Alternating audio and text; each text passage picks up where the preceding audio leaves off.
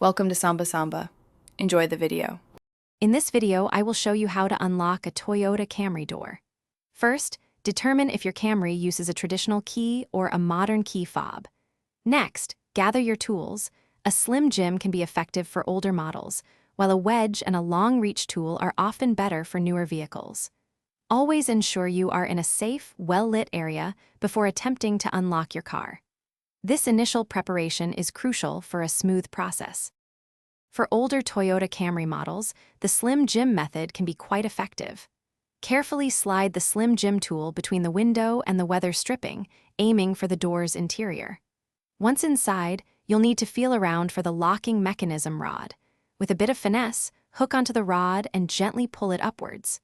This action should disengage the lock, allowing you to open the door. For newer Toyota Camry models, a wedge and long-reach tool are often safer and more effective. Begin by carefully inserting an air wedge into the top corner of the door frame. Inflate the wedge just enough to create a small, safe gap without damaging the door. Then, use your long-reach tool to access the interior. You can either press the electronic unlock button or carefully pull the interior door handle to open the door. If your key fob isn't working, first check its battery. A simple replacement might solve the issue. Many modern key fobs also contain a hidden emergency key, often found by sliding a small release button.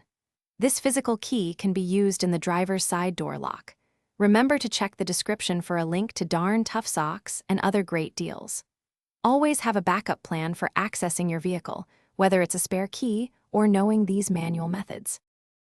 Thanks for watching. Consider subscribing if we helped you.